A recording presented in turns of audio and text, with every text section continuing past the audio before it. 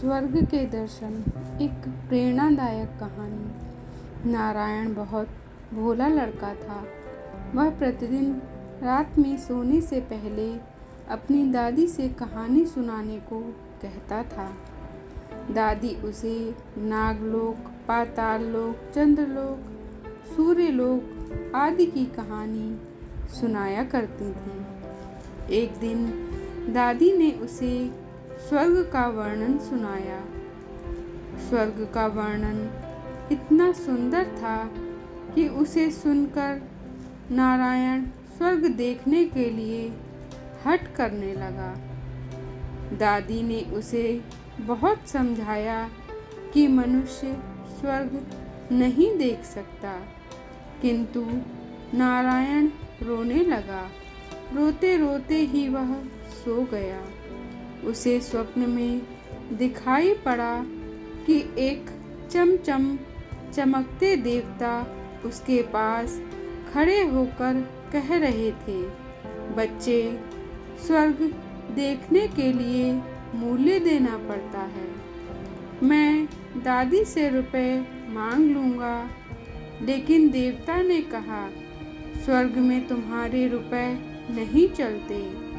यहाँ तो भलाई और पुण्य कर्मों का रुपया चलता है। अच्छा, तुम यह डिबिया अपने पास रखो। जब तुम कोई अच्छा काम करोगे तो इसमें 1 रुपया आ जाएगा, और जब कोई बुरा काम करोगे तो 1 रुपया इसमें से उड़ जाएगा। जब यह डिबिया भर जाएगी, जब तुम स्वर्ग देख सकोगे। जब नारायण की नींद टूटी तो उसने अपने सिरहाने सचमुच एक डिबिया देखी। डिबिया लेकर वह बड़ा प्रसन्न हुआ। उस दिन दादी ने उसे 1 पैसा दिया। पैसा लेकर वह घर से निकला। एक रोगी भिखारी उससे पैसा मांगने लगा। नारायण भिखारी को बिना पैसे दिए भाग जाना चाहता था। इतने में उसने अपने अध्यापक को सामने से आते देखा। उसके अध्यापक उदार लड़कों की बहुत प्रशंसा किया करते थे। उन्हें देखकर नारायण ने भिखारी को पैसे दे दिए। अध्यापक ने उसकी पीठ ठोकी और प्रशंसा की। घर लौटकर नारायण ने वह डिबिया खोली, किंतु वह खाली पड़ी थी। इस बात से नारायण को बहुत दुख हुआ। वह रोते रोते सो गया। सपने में उसे वही देवता फिर दिखाई पड़े और बोले, तुमने अध्यापक से प्रशंसा पाने के लिए पैसा दिया था, सो प्रशंसा मिल गई। अब रोते क्यों हो?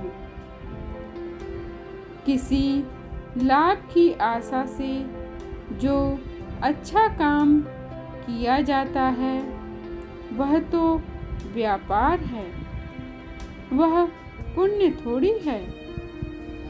दूसरे दिन नारायण को उसकी दादी ने 2 आने पैसे दिए। पैसे लेकर उसने बाजार जाकर 2 संतरे खरीदे। उसका साथी मोती बीमार था। बाजार से लौटते समय वह अपने मित्र को देखने उसके घर चला गया। मोती को देखने उसके घर वैद्य गए थे। वैद्य जी ने दवा देकर मोती की माता से कहा, आज इसे संतरे का रस देना। मोती की माता बहुत गरीब थी। वह रोने लगी और बोली, मैं मजदूरी करके पेट भरती हूँ। इस समय बेटी की बीमारी में कई दिनों से काम करने नहीं जा सकी। मेरे पास संतरे खरीदने के लिए एक पैसा भी नहीं है। नारायण ने अपने दोनों संतरे मोती की माँ को दिए। वह नारायण को आशीर्वाद देने लगी। घर जाकर जब नारायण ने अपनी डिबिया खोली तो उसमें 2 रुपए चमक रहे थे। एक दिन नारायण खेल में लगा था। उसकी छोटी बहन वहां आई और उसके खिलौनों को उठाने लगी। नारायण ने उसे रोका। जब वह नहीं मानी तो उसने उसे पीट दिया। बेचारी लड़की रोने लगी। इस बार जब उसने डिबिया खोली तो देखा कि उसके पहले के इकट्ठे कई रुपए उड़ जाते हैं। उसे बड़ा पश्चाताप हुआ। आगे से उसने कोई बुरा काम नहीं करने का पक्का निश्चय कर लिया। नारायण पहले रुपए के लोभ से अच्छा काम करता था। धीरे धीरे उसका स्वभाव ही अच्छा काम करने का हो गया। अच्छा काम करते करते उसकी डिबिया रुपयों से भर गई। वह स्वर्ग देखने की आशा से प्रसन्न होता। उस दिन डिबिया को लेकर वह अपने बगीचे में पहुंचा। नारायण ने देखा कि बगीचे में पेड़ के नीचे कोई बैठा है। एक बूढ़ा साधु रो रहा है।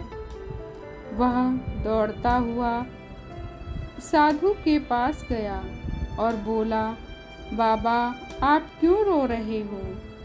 साधु बोला, बेटा जैसी डिबिया तुम्हारे हाथ में है वैसी ही एक डिबिया मेरे पास थी।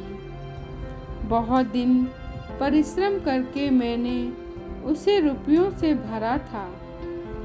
बड़ी आशा थी कि उसके रुपयों से स्वर्ग देखूंगा, किंतु आज गंगा जी में स्नान करते समय वह डिबिया पानी में गिर गई। नारायण ने कहा, बाबा रो मत, मेरी डिबिया भी भरी हुई है, आप इसे ले लो। साधु बोला, तुमने इसे बड़े परिश्रम से भरा है, तुम्हें इसे देने से दुख होगा। नारायण ने कहा, मुझे दुख नहीं होगा बाबा, मैं तो लड़का हूँ, मुझे अभी पता नहीं कितने दिन जीना है। मैं तो ऐसी कई डिबिया रुपए इकट्ठे कर सकता हूँ। आप बूढ़े हो गए हो, आप अब दूसरी डिबिया पता नहीं भर पाओगे या नहीं। मेरी डिबिया ले लीजिए।